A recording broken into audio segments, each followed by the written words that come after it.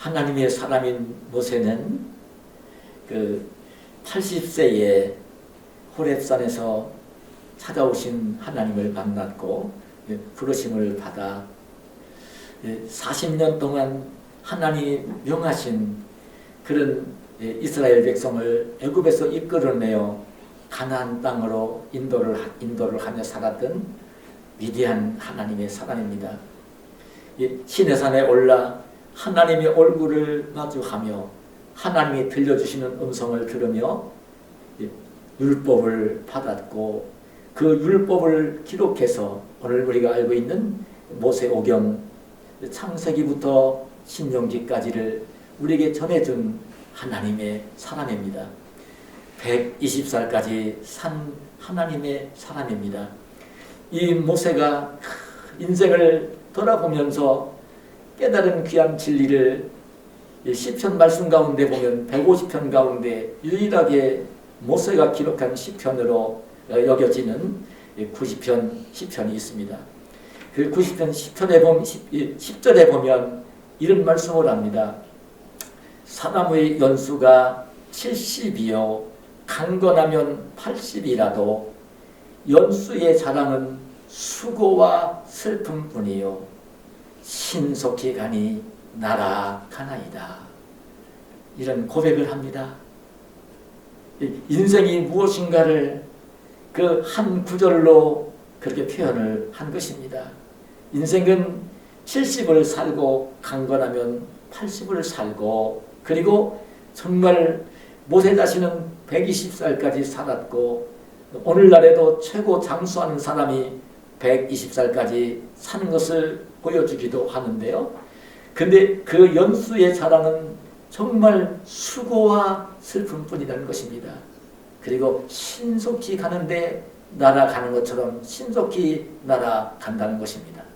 인생의 의미를 잘 깨달으며 그 우리에게 전해준 성령의 감동하심 속에 남겨준 하나님의 말씀입니다.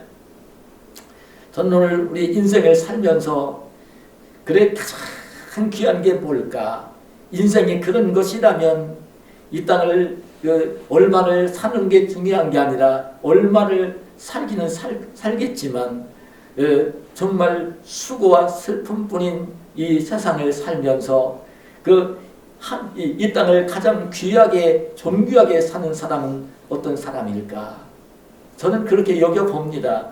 정말 우리 예수님 믿는 사람이 되어서 예수님이 주시는 그 심령을 가지고 이 땅에 사는 날 동안도 그 하나님 나라를 누리며 사는 하나님 나라, 우리 주님이 주시는 의와 평강과 희락을 누리며 사는 누구를 만나도 부끄럽지 아니하고 늘 의롭고 떳떳할 수 있고 그리고 마음속에 근심과 걱정 그런 것이 수고와 슬픔이 밀려와도 마음속에 평강을 누리며 살고 그리고 세상에 어떤 환경이 되어져도 이 기쁨, 희락을 누리며 사는 이런 삶이 가장 복된 삶이라고 여겨지는 것입니다. 근데 사실 우리가 알아야 되는 것은 우리 하나님의 아들 예수 그리스도가 왜 이 땅에 오셨느냐면 오늘 그 예수님이 하나님이 택하신 자기 백성들을 죄에서 구원해서 죄에서 해방되어서 그 자유를 누리며 살도록 그 죄에서 해방이 되어서 죄 때문에 주어지는 수고와 슬픔과 어려운 환경 속에서 고통을 당하며 눈물을 흘리며 그렇게 살지 말고 그렇게 의로움을 누리며 그 평강을 누리며 기쁨을 누리며 살도록 하시기 위해서 이 땅에 오셨고 그리고 주님이 예비하시고 있는 새하늘 새 땅에서 영생 복락을 누리게 하시기 위해서 예수님은 이 땅에 오셨던 것입니다. 한마디로 말씀을 드리면 예수님은 죄의 문제를 해결하시기 위해서 이 땅에 오셨던 분입니다. 죄의 문제를 해결하시기 위해서 오신 거예요. 인생의 모든 수고와 슬픔, 고통, 눈물, 죽음, 질병, 사고 이것들은 죄 때문에 죄의 결과로 온 것이기 때문에 죄인 문제를 해결하시기 위해서 오신 것입니다. 오늘 여러분 우리가 읽는 요한복음 8장에 보면 예수님께서 예수님이 왜 오셨는지, 예수님이 누가 보내서 왔는지, 그 예수님이 어떤 일을 하시는 분인지를 말씀해 주시고 있는 내용이 요한복음 8장에서 그 기록이 되고 있습니다. 오늘 제가 봉독한 이 본문에 보면 예수님이 이때도 그 유대인들이 지키는 명절 중에 어떤 한 명절이었을 것입니다.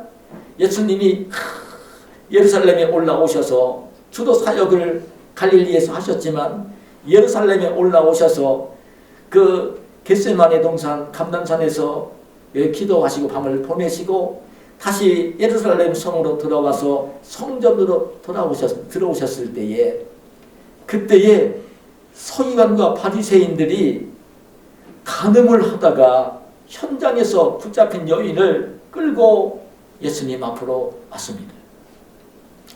예수님 앞으로 와서 예수님께 그런 이야기를 한 것입니다. 선생이요, 이 여자가 간음하다가 현장에서 잡혔나이다. 모세는 율법에 이러한 여자를 돌로 치라 명하였거니와 선생은 어떻게 말하겠나이까? 사실은 이 서기관 바리새인들은요, 지금 현장에서 간음을 하다 붙잡힌 이 여자를 끌고 온 목적이 있는데, 예수님까지도 그 유혹을 해가지고 시험에 빠져서 올무에 걸리게 해서 예수님까지도 해칠 목적을 가지고 그 간음한 여자를 끌고 예수님 앞으로 왔던 거예요. 그래 물은 거예요. 이 여자는 현장에서 잡혔습니다. 간음을 하다가. 이런 여자는 이미 하나님께서 모세를 통하여 주신 율법의 하나님 말씀 속에 돌로 쳐 죽이라고 그랬습니다. 그런데 선생은 어떻게 말을 하겠습니까?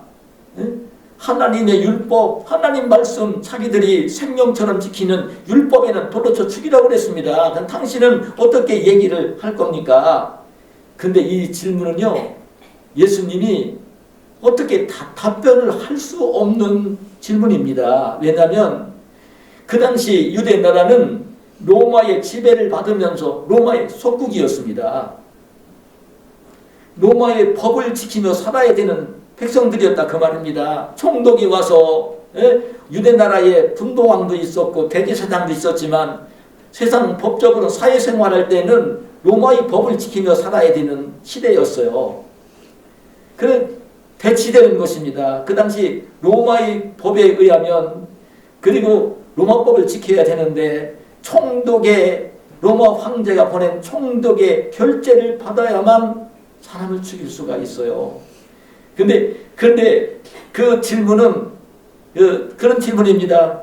하나님은 이런 여자를 돌로 쳐 죽이라고 했습니다. 근데 당신은 어떻게 대답할 겁니까?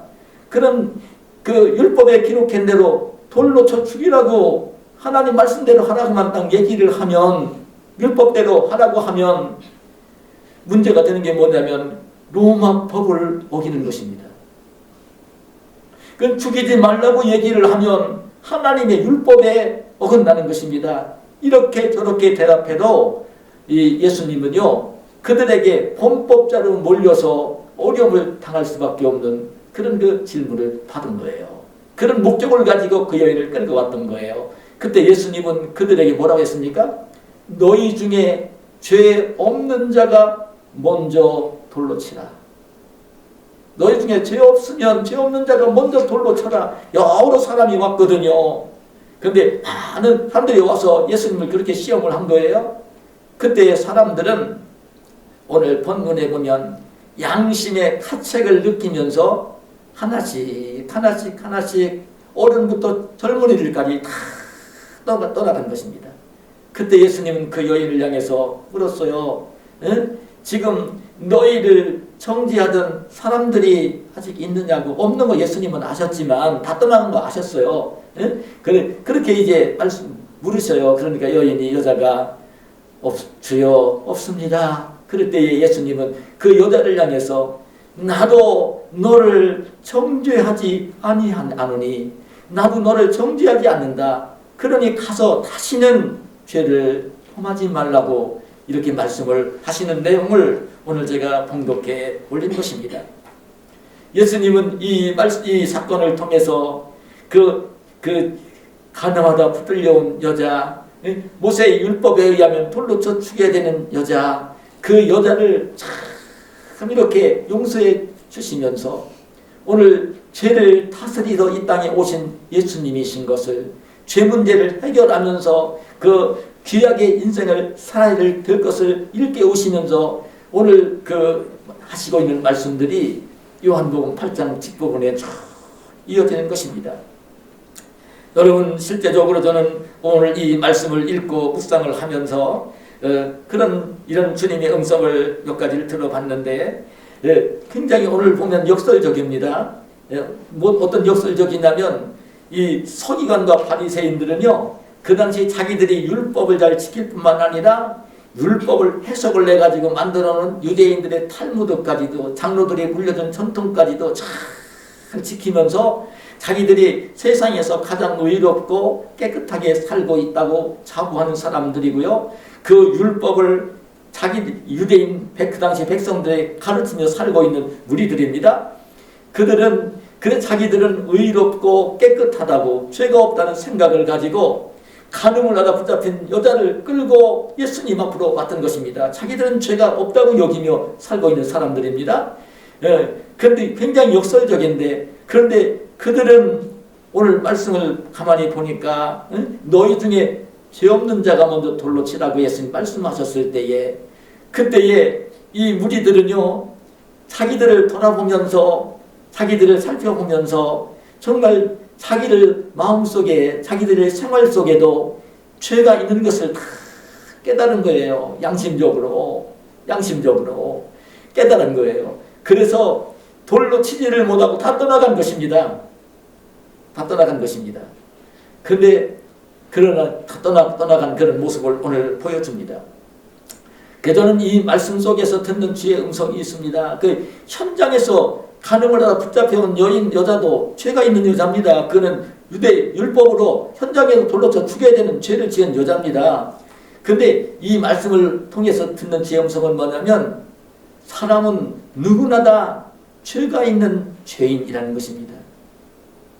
사람은 누구나 어머니 뱃속에서 태어날 때부터 그 아담의 후손으로 오는 사람은 죄성을 지닌 죄인으로 이 땅에 오는 거예요.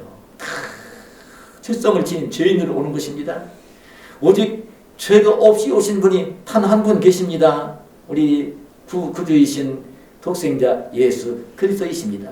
아담의 후손으로 오지 않으시고 하나님이신 성령이 동정녀 마리아의 몸에 잉태하게 만들어서 죄가 없이, 남자가 없이, 죄랑 상관없이 오신 예수 그리스도 한 분밖에는 죄가 없는 사람이 없는 거예요. 다 죄가 있는 것입니다. 다른 사람들과 비교할 때에는 내가 율법적으로, 도덕적으로, 그냥 윤리적으로 다른 사람들과 비교해 볼 때에 참 좋은 인격을 가지고 풍성 성품을 가지고 굉장히 다른 사람들보다는 의롭게 살고 깨끗하게 살고 거룩하게 할 수 있지만, 그러나 아무리 깨끗하고 의롭다 하더라도 그 심령 속에 이미 죄성을 가지고 있고, 그렇게 죄를 마음으로 짓든지 행동으로 짓든지 말로 짓든지 죄를 짓지 않을 수 없는 사람 된 것이 사람인 것입니다.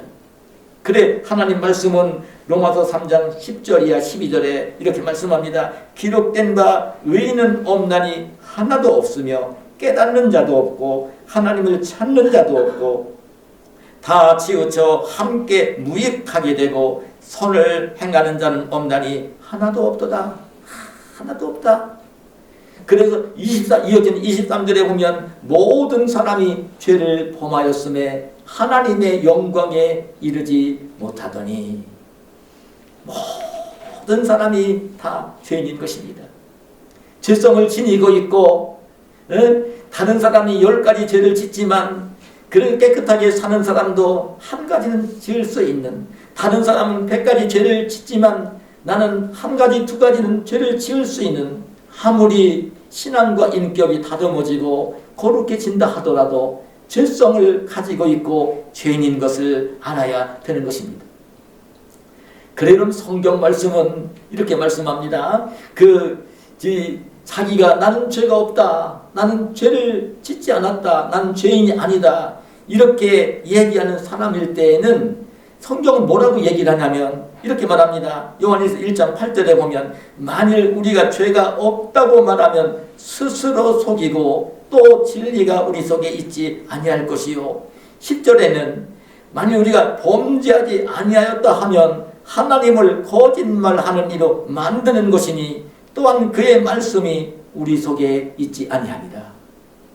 이건 무슨 얘기냐면요, 나는 죄인이 아니다, 나는 죄를 지은 것이 없다, 이런 사람이 있을 때는 스스로를 속이는 거라는 거예요.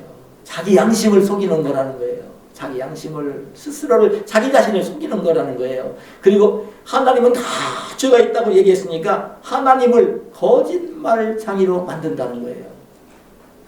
아주 악한 것입니다. 여러분, 나는 죄가 없어, 난 죄를 지은 게 없어, 난 죄인 아니야, 이런 사람이 있을 때는요, 자기 양심을, 자기 스스로를 속이고 있는 사람이고 하나님을 거짓말장이로 만드는 거예요. 그러니 얼마나 악한 사람입니까? 얼마나 못된 사람입니까? 얼마나 부패한 사람입니까?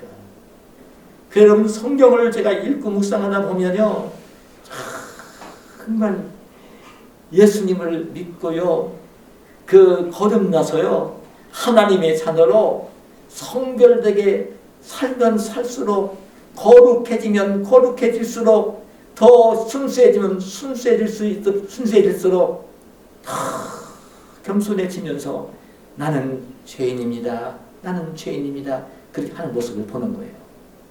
다른 사람들보다 죄를 많이 져가지고 죄인이라고 하는 게 아닙니다. 그 오해를 하시면 안 됩니다. 오해하면 안 돼요. 저렇게 얘기하니까 그 사람 죄가 있나 보다도. 일전에 우리나라 지금 교회 목사님 가운데 굉장히 존경받는 목사님이나 고백하는 얘기를 들었어요. 목사의 아들로 태어나서 목사가 되어 평생을 살고 있는, 그리고 성도들에게 하나님 말씀을 전하고 가르치는 그런 목사가 지금 은퇴를 했는데도 그런 얘기를 해요. 자담을 했어요. 찾아가서 물을 때에 그냥 마음속에 있는 걸 속이지 않고 양심 그대로 이렇게 고백을 하면서 죄가 있는 죄인이고 회개할 게 있다고 얘기를 하면 많은 사람들이 오해를 한다는 거예요. 뭔가 자기들은 모르는데 목사가 큰 죄를 짓고 있고 그래서, 그리고 오해를 한다는 거예요. 근데 그때 정말 굉장히 제자가 찾아가서 딱 물을 때에 그 대답을 하더라고요. 아니, 목사의 아들로 태어나서 목사의 아들로 자랐고 지금 목사가 되어 평생을 살고 있는 내가 그렇게 세상적으로 죄를 지은 게 많이 있겠느냐고 그러면서, 그러나 나는 내가 죄인인 걸 안다고 점점 고개가 숙여진다는 얘기를 하는, 고백을 하는 것을 제가 들어봤어요. 여러분, 성경에 보면 그래, 예수님을 제대로 만난 사람은요, 예수님이 하나님의 아들이신 것, 그리스도이신 것을 알아보는 순간에는요, 자기가 죄가 없다고 여기고 있다가도요, 다 주님 앞에 무릎을 꿇습니다. 그럼 나는 죄인입니다, 고백을 합니다. 베드로가 고기를 잡다가 예수님께 갈릴리 바다에서 부름을 받잖아요. 부름을 받았어요. 그때에 예수님을 태우고 예수님 강변에서 해변가에 따라온 사람들에게 설교하실 때 듣고 있다가 말씀 마치신데 예수님이 베드로 보고 이 배를 몰고 깊은 데로 가서 그물을 내려 고기를 잡으라고 그러시는 거예요. 베드로의 그때 상식에는 맞지 않아요. 그 시간은 이미 고기를 잡히지 않아서 어제 저녁에 나와서 밤새도록 고기를 잡았는데 한 마리도 못 잡았어요, 그날따라. 그리고 낮이 오면 고기들이 다 도망가니까 그물 던져도 고기 잡을 수 없어요. 근데 깊은 데는 가서 그물을 내려 고기를 잡으라 했는데 깊은 데로 그물을 내리면 그물이 내려가는 동안에 고기는 다 도망가요. 잡을 수 없어요. 근데 이 베드로는 그 배 타고 계신 거 아직 타고 계신 예수님이 곁에 계신 거예요. 근데 깊은 데로 가서 그물을 내려 고기를 잡으라고 예수님이 그러시니까 베드로가 그 예수님 말씀에 순종을 하면서 깊은 데로 배를 몰고 가는 거예요. 그래서 내가 어제 저녁에 나와서 밤새도록 그물을 던졌지만 한 마리도 잡지 못했지만 내가 주님 말씀에 의지해서 내가 그물을 내리겠습니다. 말씀에 순종하면서 그물을 딱 내렸어요. 그런데 한 번 던진 그물에 가득 고기가 잡힌 거예요. 얼마나 고기가 많이 잡혔는지 베드로의 배에 다 실 수가 없는 거예요. 근데 어제 저녁에 그 같이 나와서 고기를 잡았던 동료 야고보와 요한 그 배도 있었던 거예요. 손짓해서 오라고 해서 그물을 끌어올려 가지고 고기를 실으니까 2배에 가득하게 찬 거예요. 그때 베드로는 그 동생 안드레도 함께 협력했던 동무인 야고보 요한도 예수님이 하나님의 아들이신 것을 알아보는 거예요. 사람이 할 수 없는 일 없는 거예요. 자기들이 경험과 상식으로는 될 수 없는 일이거든요. 그때 베드로는 주님의 앞에 무릎을 꿇으면서 주여 나를 떠나소서 나는 죄인으로서이다. 그 고백을 하는 거예요. 주님을 만났을 때 죄가 있는 고백을 합니다. 신앙이 깊어지면 자기는 죄가 없다고 고개 쳐들고 다니고 교만하고 그럴 줄 알지만 천만의 만만의 말씀입니다. 성경에 나오는 위대한 하나님의 사랑 가운데 가장 존경받는 가장 존경하는 저에게는 정말 존경하는 분이죠. 바울 사도가 여러분 다메섹 도상에서 부활의 주님을 만나고 회심하고 예수님의 제자가 되었고 사도가 되어서 평생을 복음을 전하며 살았어요. 얼마나 하나님의 성령의 감동하심 속에 살았는지 성령의 감동하심 속에 로마서부터 빌레몬서까지 신약성경 13권을 기록했다고요. 신학자들 가운데는 히브리서까지도 바울 사도가 기록을 했다고 하면 그러니까 신약성경 절반을 기록한 하나님의 사람이에요. 그런데 이 바울 사도가 주님을 만나고 회심을 하고 성령에 이끌리며 성경을 기록하며 복음 전하며 평생을 산 바울 사도가 나중에 뭐라고 기록을 하는지 아십니까? 자기가 믿음으로 그 복음을 전하면서 가르쳐서 제자가 되어서 사역자로 키운 믿음의 아들 디모데에게 편지를 보내면서 이런 고백을 해요. 디모데전서 1장 15절에 보면 믿보다 모든 사람이 받을 만한 이 말이요 그리스도 예수께서 죄인을 구원하시려고 세상에 임하셨다 하였도다. 죄인 중에 내가 괴순이라. 여기 참 바울 사도가 그런 고백을 하는 거예요. 예수 그리스도가 왜 이 땅에 오셨느냐? 예수에서 오신 목적을 다 얘기하는 거예요. 예수 그리스도가 죄인을 구원하시려고 세상에 오셨다. 이 전제를 딱 얘기를 하면서 예수님 이 땅에 오신 목적은 죄인들을 구원하러 오신 것입니다. 의인들은 구원하러 오신 게 아닙니다. 자기를 의롭다고 여기는 사람들, 자기를 선하다고 얘기하는 사람들은 구원할 수 없습니다. 자기를 죄인이라고 고백하고 자백하는 죄인들을 구원하시기 위해서 세상에 오신 거예요.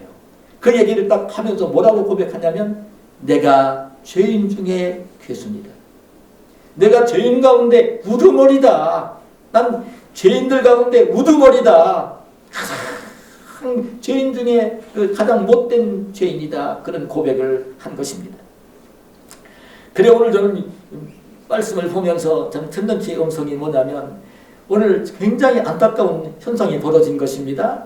자기 자신들은 굉장히 의롭다고 여기고 죄가 없다고 여겨서 현장에서 간음을 하다 붙잡힌 여인을 끌고 와가지고 그 예수님 앞에 세우고 이 여자가 현장에서 간음을 하다 붙잡혔습니다. 모세는 돌로 치라고 했는데 선생은 뭐라고 얘기할 겁니까? 그 따져 물었던 자기들은 굉장히 깨끗하다고 죄가 없다고 여기며 찾아왔던 서기관 바리새인들이 그렇게 도발을 해왔던 거 아닙니까? 그때 예수님이 죄 없는 자가 먼저 돌로 치라고 그랬더니 그들은 양심의 가책을 느끼면서 다 떠나갔어요. 그 얼마나 안타까운 모습인지 모릅니다. 얼마나 안타깝습니까? 거기서 정말 자신들이 죄인인 걸 알았어요. 그리고 정말 잘못된 걸 알았어요. 죄가 있는 걸 알았어요. 그 여자를 끌고 와서 예수님 앞에 세우고 예수님까지 올무에 씌워서 어떻게 죽이려고 하는 그런 잘못된 마음도 알았어요. 근데 이 무리들은 서기관 바리새인들은요 다 떠나간 것입니다. 자기들이 죄가 있는 것도 알았고 잘못한 것도 알았는데 그 예수님 죄를 용서하시는 예수님 앞에까지 왔는데 죄를 사하시는 권세를 가진 예수님 앞에 왔는데 예수님을 믿고 예수님으로부터 죄사함을 받지 못하고 떠나간 거예요. 그런데 굉장히 역설적입니다. 정말 현장에서 그 잡혀가지고 가늠하다 잡혀가지고 끌려와서 자기 자신이 죄인인 것을 처절하게 깨닫고 있었고 이제 나는 돌 맞아 죽을 거야. 나는 정말 죄인 중에 죄인이야. 나는 끝났어. 나는 돌 맞아 죽어야 되는 사람이야. 이거를 뉘우치며 회개하고 있는 이 여자에게 예수님은 지금 너희를 정죄하던 자들이 있냐고 물으실 때에 없다고 하니까 다 떠나고 없다고 하니까 그런 얘기를 하니까 예수님이 나도 너를 정죄하지 않는다. 나도 내가 죄가 있다고 얘기하지 않는다. 나는 내 죄를 용서해 준다. 그럼 가서 다시는 죄를 범하지 말라. 이 말씀을 하신 것입니다. 역설적입니다. 여러분 자기들이 의롭다고 여기고 깨끗하다고 여기고 그 죄 있는 여자를 끌고 왔던 사람들은 용서를 받지를 못하고요. 죄를 용서받지 못하고요. 그냥 떠나갔어요. 그러나 자기가 죄인인 것을 철저하게 깨닫고 있고 처절하게 깨닫고 있고 회개하고 있는 이 여자는 예수님께 죄 용서를 받으며 구원을 받는 주인공이 됐다는 얘기입니다. 저는 이 말씀을 묵상하면서 참 깨닫는 주의 음성이 있습니다. 여러분 왜 여기 서기관 바리새인들이 자기들이 죄가 있는 것을 알았고 잘못하고 있는 것들이 있는 걸 알았는데 그까지 알았는데 왜 그들은 그걸 알았으면서도 양심의 가책을 느끼면서도 왜 그들에서 그 자기들의 죄를 자백하면서 뉘우치면서 하려고 하지 않고 그냥 떠나갔을까? 여러분 지금 이 서기관 바리새인들은요 자기 자신들이 세상에서 굉장히 깨끗하고 이롭게 살고 있다고 여기고 있고 백성들에게 하나님 말씀 가르치며 살면서 우리는 죄 안 짓고 살아. 우리는 죄인 아니야. 이렇게 하는 사람들입니다. 근데 그들은 양심의 가책을 느끼긴 하면서도 그냥 떠나간 거예요. 무슨 얘기입니까? 하나님 말씀하신 것처럼 자기 스스로를 자기 마음을 속인 거예요. 자기 양심을 속인 거예요. 자기 양심을 속인 거예요. 내가 죄 없다, 우리가 만일 죄 없다고 말을 하면 우리 스스로를 속이는 거다. 내 자신을 속이는 거다. 내 양심을 속이는 거다. 내 양심을 속인 거예요. 그리고 또 한 가지는 사람들 눈을 의식하면서 내가 깨끗하게 의롭게 산다고 얘기를 하며 살고 있는데 내가 죄인 걸 드러내고 고백하면 즉 사람들이 나를 어떻게 보겠어? 사람들의 눈을 의식한 것입니다. 자기 양심을 속이고 사람들의 눈을 의식하면서 예식을 하면서 정말 하나님의 아들 그리스도 앞에서 죄를 깨달으며 고백만 하며 귀하게 될 것인데 떠나간 것입니다. 그래서 저는 우리 예수님이 이 땅에 오셔서도 가장 싫어하는 사람들이 누군지 아십니까? 이런 죄인들보다도 현장에서 가늠하다 붙잡힌 여자보다도 그 유대인들이 다 죄인처럼 여기는 세리들보다도 남편을 몇 번이나 바꿔가면서 그렇게 타락하며 기생으로 살고 있던 사람보다도 더 싫어하는 사람이 누군지 아십니까? 자기 양심을 속이고 사람들 눈을 의식하면서 예식하는 사람들을 아주 싫어하셨습니다. 아주 싫어하셨습니다. 그래서 여러분 그 마태복음 23장에 보면 이 예식하는 서기관 바리새인들을 얼마나 책망하시며 저주하시는지 모릅니다. 13절에 보면 화 있을진저 예식하는 서기관들과 바리새인들이여 너희는 천국 문을 사람들 앞에서 닫고 너희도 들어가지 않고 들어가려 하는 자들도 들어가지 못하게 하는도다. 15절에 화 있을진저 의식하는 서기관들과 바리새인들이여, 너희는 교인 한 사람을 얻기 위하여 바다와 육지를 두루다니다가 생기면 너희보다 배나 더 지옥 자식이 되게 하는도다. 25절에 화 있을진저 의식하는 서기관들과 바리새인들이여, 잔과 대접의 겉은 깨끗이 하되 그 안에는 탐욕과 방탕으로 가득하게 하는도다. 참 의식하는 것을 아주 싫어하시는 분입니다. 의식하는 것을 아주 싫어하시는 분입니다. 자기 양심을 속이고 사람들 눈을 의식하며 생활하는 사람들을 아주 싫어하는 사람입니다. 그래서 여러분 아셔야 됩니다. 주님이 이렇게 의식하는 사람 책망도 하셨지만, 여러분 디모데전서 4장 1, 2절에 보면 이런 말씀합니다.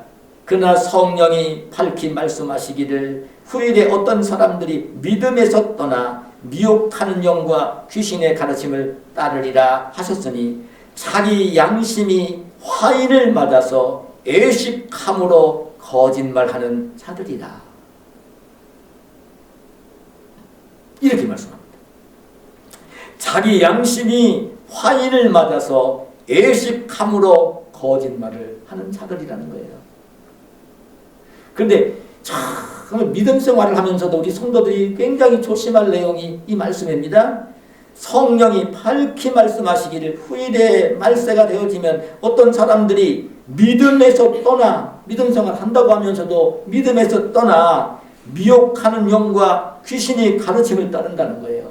미혹하는 영은 마귀를 가리키는 것입니다. 마귀의 영을 가리키는 것입니다. 그리고 마귀의 그 영과 그 귀신의 가르침을 따른다는 거예요. 믿음에서 떠나서.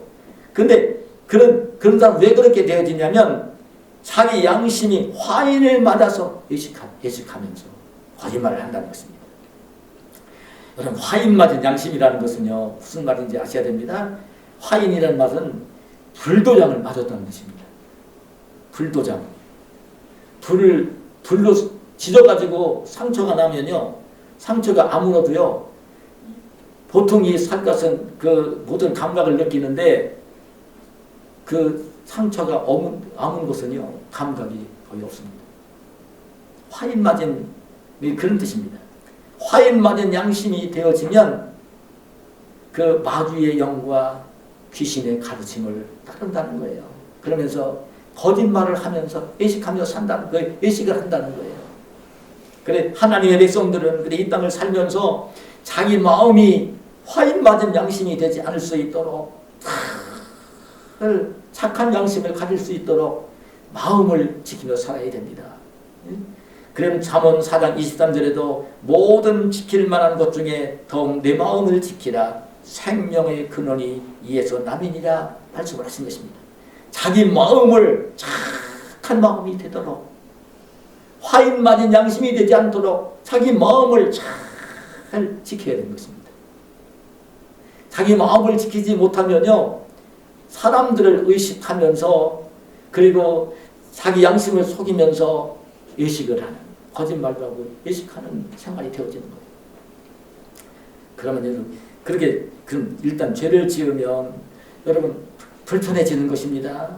여러분, 죄를 지으면 하나님과의 관계가 불편해지는 것입니다. 여러분, 죄를 지으면 사람들과의 관계가 불편해지는 것입니다. 그런데 화인 맞은 양심이 되면요, 하나도 부끄러움을 못 느낍니다. 하나님 말씀을 계속 불순종해도요, 부끄러운 거 못 느낍니다. 여러분, 계속 불순종하고 있으면요, 화인 맞은 양심이 되면 사람들과 잘못하고 거짓말을 100번 1000번 해도요, 거짓말하는 것을 여기지 않습니다. 자기는 거짓말을 하면서 진실을 말한다고 생각을 합니다. 해결 안 됩니다. 해결 안 됩니다. 우리 사람은요, 화인 맞은 양심이 돼서는 안 됩니다. 착한 양심을 가지고 살아야 됩니다. 하나님을 바라보며 하나님 눈을 의식하면서 착한 양심을 늘 가꿔야 되는 것입니다. 여러분, 멀리 갈 것도 없습니다. 가정 속에서 제가 비유를 들면 그렇습니다. 자기를 가장 사랑하는 아빠와 엄마가 저를 위해서, 잘되게 하기 위해서 이런 말 저런 말을 해도요, 양심이 착한 양심을 가지고 있으면요, 자기 능력 것은 자기 할 수 있는 것이면 얼른 따릅니다. 자기가 할 수 없는 것은 못하는데 할 수 있는 것은 엄마 아빠가 얘기를 하면 다릅니다. 근데 엄마 아빠 말도 계속 거부하고 그러면요 화인 맞은 양심이 되는 거예요. 그때 불편해지는 거예요. 엄마가 무슨 얘기해도 아빠 무슨 얘기 소용이 없는 거예요. 그럼 화인 맞은 양심이 되어지면 그렇게 행동을 하면서도 잘못하면서도 아빠 엄마랑 불편한 걸 못 느끼는 거예요. 화인 맞은 양심이 되면 조심해야 되는 거예요. 우리 사람들은 화인 맞은 양심이 되어서는 안 됩니다. 착한 양심, 깨끗한 양심을 가지고 살아야 돼요. 그래 여러분, 그 믿음의 사람들은 그래 진실한 사람들입니다. 이 애식하는 사람들은 절대로 예수 못 믿습니다. 구원받지 못합니다. 해결을 못합니다. 하나님이 보이지 않습니다. 화인 맞은 양심은 정말 조심해야 되는 것입니다. 여러분, 오늘 주님께서 이 땅에 오신 목적은 이 말씀을 하시면서 그런 말씀을 하셨어요. 이어진 말씀 23절, 24절에 보면 예수께서 이르시되 너희는 아래에서 났고 나는 위에서 났으며 너희는 이 세상에 속하였고 나는 이 세상에 속하지 아니하였느니라. 그러므로 내가 너희에게 말하기를 너희가 너희 죄 가운데서 죽으리라 하였노라. 너희가 만일 내가 그인 줄 믿지 아니하면 너희 죄 가운데서 죽으리라. 예수님이 그런 말씀을 하세요. 나는 하늘에서 왔다. 나는 하나님이 보내셔서 하늘에서 왔다. 이 말씀을 주님이 하시는 것입니다. 그러면서 이제 정말 예수님이 하시는 그 말씀을 믿지 아니하면, 예수를 믿지 아니하면 죄 가운데서 살다가 죄 가운데서 죽을 거다. 구원받지 못하고 죄 가운데 살다가 죄 속에서 그냥 죽을 거다. 끝날 거다.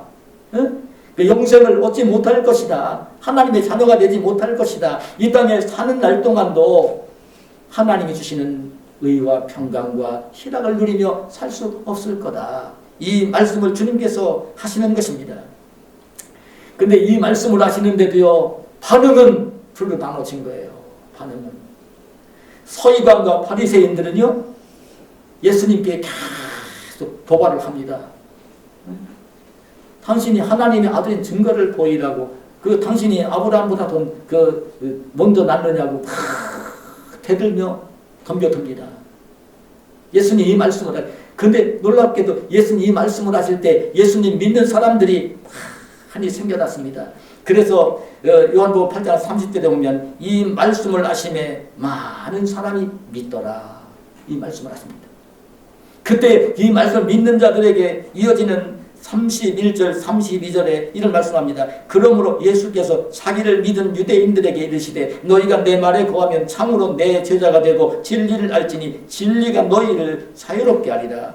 예수께서 대답하시되 진실로 진실로 너희에게 이르노니 죄를 범하는 자마다 죄의 종이라. 종은 영원히 집에 거하지 못하되 아들은 영원히 거하나니 그러므로 아들이 너희를 자유롭게 하면 너희가 참으로 자유로우리라.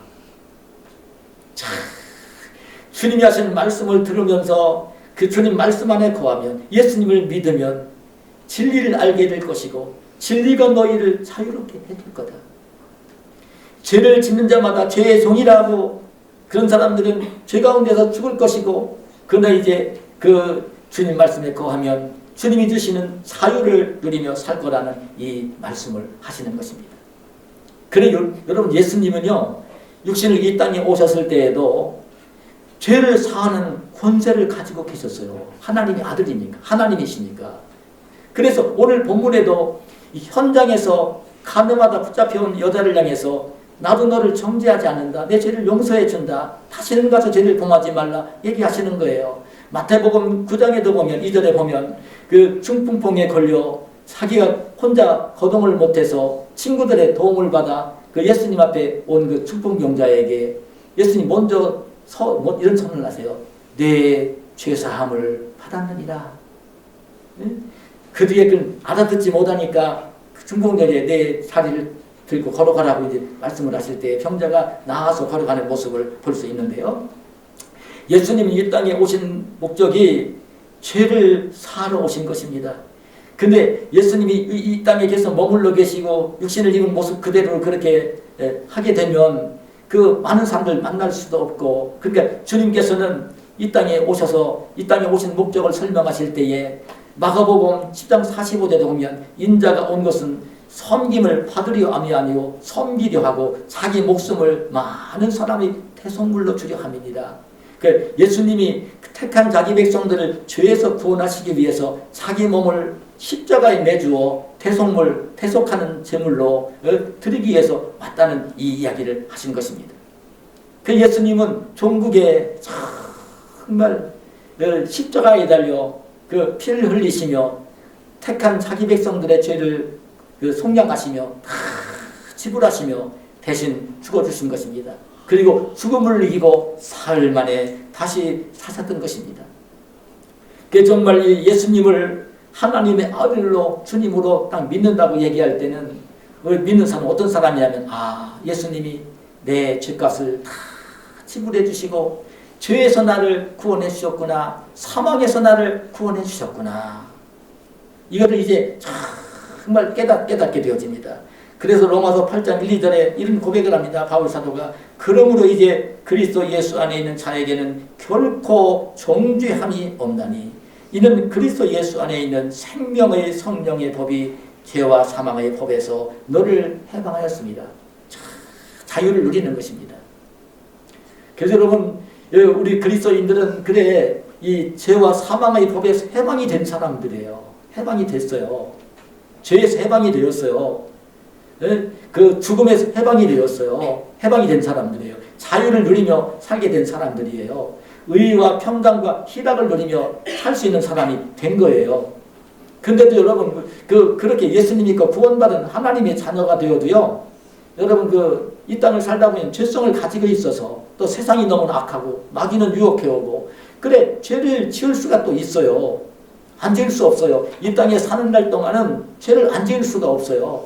그 죄를 지을 때마다 우리 성도들이 알리는 뭐냐면 요한복음 1장 9절에 이렇게 말씀합니다. 만일 우리가 우리 죄를 자백하면 그는 미쁘시고 의로우사 우리 죄를 사하시며 우리를 모든 불의에서 깨끗하게 하실 것이요. 그렇게 죄를 자백하면 우리 하나님이 해주신 거냐 모든 죄를 다 사해 주시고 죄 때문에 주어진 불의에서까지도 깨끗하게 해주시는 이사야 43장 25절에 보면 그랬어요. 나는 나를 위하여 내 허물을 도말하는 자니 내 죄를 기억하지 아니하리라.